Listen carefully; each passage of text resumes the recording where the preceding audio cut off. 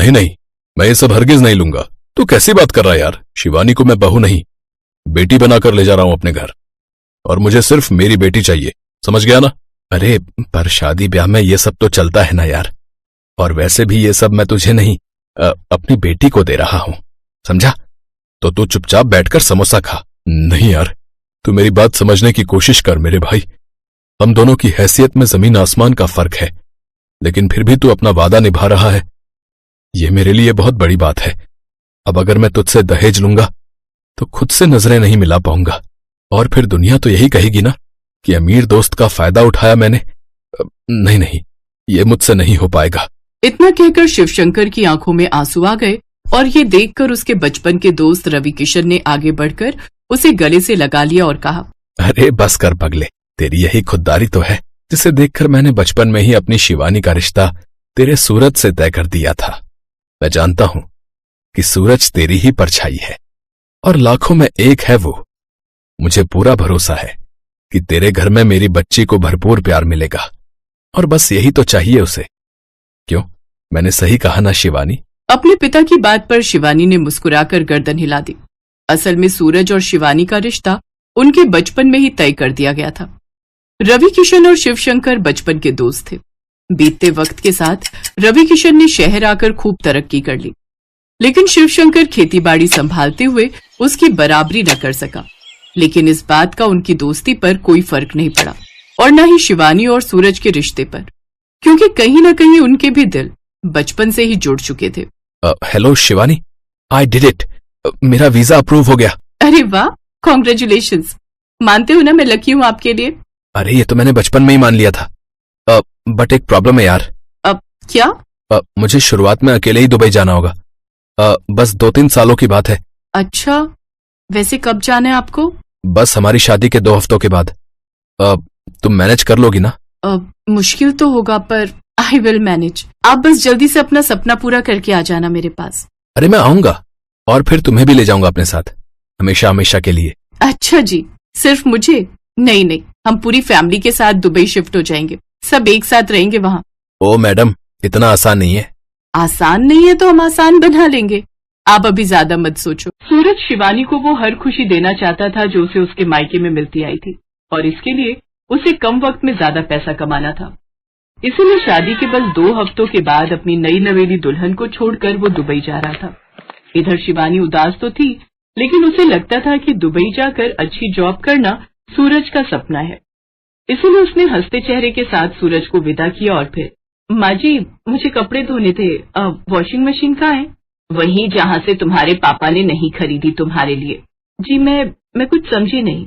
हाँ, तुम कहाँ कुछ समझोगी, समझदारी का पूरा ठेका तो मेरे परिवार ने ही ले रखा है ना। यहाँ कोई मशीन वशीन नहीं है, हम सब हाथों से ही धोते हैं कपड़े। जी ठीक है। सूरज के पिता ने शिवानी के परिवार से किसी भी तरह का दहेज लेने से साफ इनकार कर दिया था, और इसी शर्त के साथ शिवानी और सूरज की शादी हुई थी। लेकिन इस बात से सूरज की माँ पार्वती बहुत नाराज थी। शादी के वक्त वो लाख कोशिश करके भी अपने पति का इरादा नहीं बदल सकी, लेकिन अब वो अपनी सारी भड़ास शिवानी पर उतार रही थी। बहू, एक बात सुनो, ये इतने महंगे कपड़े पहनकर घूमने की जरूरत नहीं है यहाँ।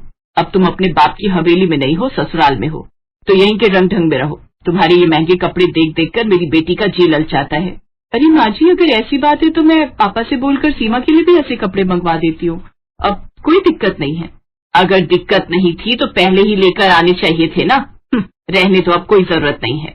माँ जी, पापा ने तो सब कुछ सोच कर रखा था, पर यहीं से मना किया गया था, इसीलिए। हाँ, और इसीलिए तुम्हारे अमीर खानदान को मौका मिल गया अपना असली रंग दिखाने का। रहने दो, शरीफ खानदान है हमारा, तो हमें तो मना करना ही था, मगर जिसे जो करना होता है ना वो कर ही देता है। इतना कहकर पार्वती तो वहां से चली गई, लेकिन शिवानी वहीं खड़ी सोचती रह गई कि इस सब में उसकी क्या गलती है, और अब वो आगे ये सब कैसे संभालेगी। पार्वती का उसके प्रति बर्ताव बीतते दिन के साथ और खराब होता जा रहा था, और तो और शिवानी की ननद सीमा भी इस सब में अपनी माँ का पूरा साथ दे रही थी। दोनों माँ बेटी ने घर का हर काम शिवानी पर ही डाल दिया था, और शिवानी किसी से बिना कुछ कहे सब कुछ सहती जा रही थी। उसके ससुर शिवशंकर इस सब का विरोध करना चाहते थे, लेकिन शायद ये शिवानी की खराब किस्मत ही थी कि उसकी शादी के बाद से ही शिवशंकर की तबीयत इतनी बिगड़ गई कि अब उनका बचना मुश्किल ही लग रहा था। पापा जी, आप मेरी बात मान लीजिए ना, मैं पापा से बोलकर आपका इलाज अच्छे हॉस्पिटल में करवा सकती हूँ। नहीं नहीं बेटा, तुम्हारे पापा का सामना करने की अब मुझ में हिम्मत नहीं है। कितने भरोसे के साथ उसने तुम्हें मेरे घर भेजा था, लेकिन यहाँ क्या हो रहा है मैं सब समझ रहा हूँ। और उससे भी शर्मनाक बात यह है कि मैं ये सब रोक भी नहीं पा रहा हूँ। बेटा, अब और जीने की इच्छा ही नहीं है मेरी, तो भला कोई डॉक्टर क्या ही कर लेगा। हो सके तो मुझे माफ कर देना बेटा, मेरा ये घर तुम्हारे लायक नहीं है। तुम चाहो तो अपने पापा से बात करके तुम वापस नहीं पापा जी, अब मेरा घर वो नहीं है, ये है, और यही मेरा परिवार भी है। और मेरे पापा ने हमेशा मुझे यही सिखाया है कि चाहे जो हो जाए, अपने परिवार का साथ कभी नहीं छोड़ना। शिवानी की बात सुनकर शिवशंकर ने मुस्कुराते हुए उसके सिर पर हाथ फेरा, और बस यही वो पल था जब शिवशंकर ने अपनी आखिरी सांस ली और शिवानी के लिए मुसीबतें बढ़ने वाली। खा गई ये करम जली, खा गई मेरे पति को। बता तूने कैसे मेरे पति को, बता, वरना आज मैं तुझे जान से मार डालूंगी। नहीं माँ जी, मैंने कुछ नहीं किया है, ये गलत है। झूठ मत बोलो तुम। मैंने देखा था, पता नहीं पापा को क्या खिलाया तुमने जिसे खाते हैं पापा। अरे तो भैया को, अब वही तुम्हारा हिसाब करेंगे। सूरज के आने का इंतजार शिवानी को भी था, क्योंकि अब वही उसकी आखिरी उम्मीद था। लेकिन शिवानी ये नहीं जानती थी कि दुबई से वापस लौटने वाला शख्स तो कोई और ही था। सूरज, अच्छा हुआ जो आप आ गए। आप मुझे ले चलिए अपने साथ। अब मैं इस नरक में और नहीं रह सकती। देखिए ना माँ जी और सीमा मुझ पर कितना गलत इल्जाम लगा रही है। आज तक मैं चुप रही, लेकिन अब नहीं रहूंगी। शादी के बाद से इन दोनों ने कभी मुझसे सीधे मुंह बात नहीं की, और तो और मुझ पर घर का सारा काम ऐसे ला दिया जैसे मैं इस घर की बहू नहीं बल्कि नौकरानी हूँ। बस करो तुम, और कितना झूठ बोलोगी। माँ और सीमा ने मुझे पहले ही सब कुछ बता दिया था कि कैसे तुम यहाँ अपने अमीर बाप की धौंस दिखाकर सारा दिन बस बिस्तर तोड़ती रही। मेरी गलती थी, तुम्हें नादान समझकर कभी कुछ नहीं कहा। लेकिन अब जो तुमने किया है ना, उसके बाद ना तो इस घर में तुम्हारे लिए कोई जगह है और न ही मेरी जिंदगी में। इस एक पल में शिवानी के लिए सब कुछ खत्म हो गया। जिस ससुराल को वो अपना सब कुछ मानकर इतने दिनों से निभाने की कोशिश कर रही थी, वहीं से उसे अब बाहर का रास्ता दिखा दिया गया था। और ऐसा करने वाला उसका पति ही था, जो अपनी माँ और बहन की बातों में आकर उससे रिश्ता तोड़ चुका था। यहाँ मेरा कोई नहीं है, ये मुझे बहुत पहले ही समझ जाना चाहिए था, लेकिन कोई बात नहीं। आज ये बात समझाने के लिए आपका बहुत बहुत शुक्रिया।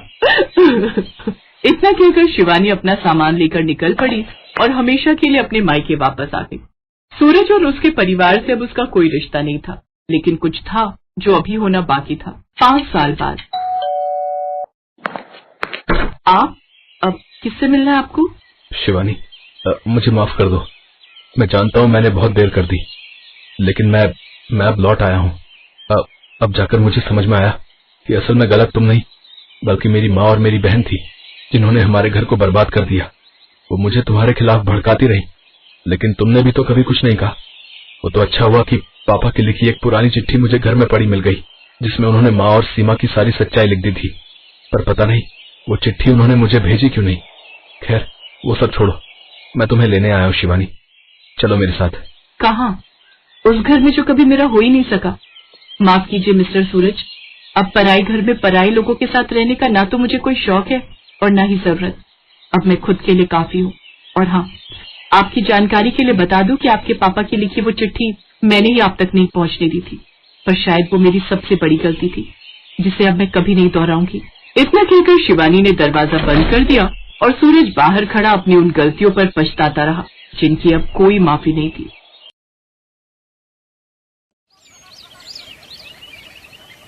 रेखा, बरखा और माला तीनों बहनें दूसरे गांव मेले में घूमने गईं। रास्ते में तीनों को प्यास लगी तो एक बड़े खेत के पास रुक गईं। वो सामने कोई कुटिया दिखाई दे रही है। मुझे लगता है वहां कोई कुआं या तालाब जरूर होगा। चलो चलकर देखते हैं। तीनों बहनें उस खेत में जाती हैं। वहां पर एक कुआं था। तीनों जैसे ही पानी पीने लगती हैं, अचानक उन्हें किसी के कराहने की आवाज आती है। मुझे थोड़ा पानी पिला दो। मैं कुएं से पानी नहीं खींच सकती क्योंकि मैं गर्भवती हूँ। मेरे पति भोजन की तलाश में गए हैं। उन्हें आने में बहुत देर हो गई, नहीं तो वो मेरे लिए कुएं से पानी खींचकर भर देते। अरे जब शरीर संभाला ही नहीं जाता तो गर्भवती क्यों होती हो? देखो तो कितना बड़ा पेट लटकाए बैठी हो। वही तो, जब खुद से कोई काम नहीं किया जाता तो गर्भवती होने की जरूरत क्या है? रेखा दीदी, बरखा दीदी, मुझे तो हंसी आ रही है। इतना मोटा पेट लेकर भला कौन रह सकता है? मैं तो कभी भी गर्भवती ना हूँ। मुझे तो ऐसा मोटा पेट और शरीर लेकर रहा ही नहीं जाएगा। चलो ना दीदी, इस औरत पर क्या ध्यान देना, हम कुएं से पानी पीते हैं ना। हाँ, चलो चलते हैं। हम क्या इसके नौकर हैं जो पहले इसके लिए पानी लाएंगे? हम खुद पानी पियेंगे, हमें बहुत प्यास लगी है। औरत दर्द से कराह रही थी। उसे प्यास भी लगी थी, पर तीनों बहनों ने उस औरत पर कोई तरस नहीं खाया। तभी उस औरत का पति, जो कि एक ऋषि था, और वो आ जाता है। खबरदार, जो कुएं से पानी भी पिया, तुमने मेरी पत्नी का मजाक उड़ाया है। विपदा के समय उसकी मदद नहीं की। एक गर्भवती स्त्री को दर्द से कराहते हुए देखकर भी तुम्हें जरा सी दया नहीं आई। मैं तुम तीनों को श्राप देता हूं कि तुम तीनों अभी के अभी गर्भवती हो जाओगी। तभी तुम्हें पता चलेगा कि एक गर्भवती स्त्री की तकलीफ क्या होती है। वो ऋषि क्रोध में आकर तीनों बहनों को श्राप दे देता है। तीनों रोती हुई घर आ जाती हैं और सारी बात अपने भाई महेंद्र को बताती हैं। महेंद्र उन ऋषि और उनकी पत्नी को ढूंढता है, पर वहाँ खेत में अब उनकी कुटिया नहीं थी। न जाने वे दोनों कहाँ चले गए थे। महेंद्र अपनी बहनों के साथ घर लौट आता है। महेंद्र की तीनों बहनें गर्भवती हो चुकी थी। उनको गर्भावस्था में देखकर सारे गांव वाले उन पर थू थू कर रहे थे। महेंद्र की तीनों बहनों का रो रो कर बुरा हाल था। हे भगवान, अब मैं क्या करूं? इन तीनों की तो सगाई भी हो चुकी है। अगर इनके ससुराल वालों को ये बात पता चली तो मैं उनसे क्या कहूंगा कि मेरी तीनों बहनें बिन ब्याही गर्भवती कैसे बनी? कौन विश्वास करेगा? भैया, अब हम क्या करेंगे? हमें तो बहुत डर लग रहा है। हमारी वजह से आपकी कितनी बदनामी हो रही है। इससे तो हम तीनों इस दुनिया में ना ही रहे तो अच्छा है। रेखा, कैसी बातें कर रही हो तुम तीनों? तुम तीनों बहनें मेरे लिए क्या हो ये बताने की जरूरत नहीं।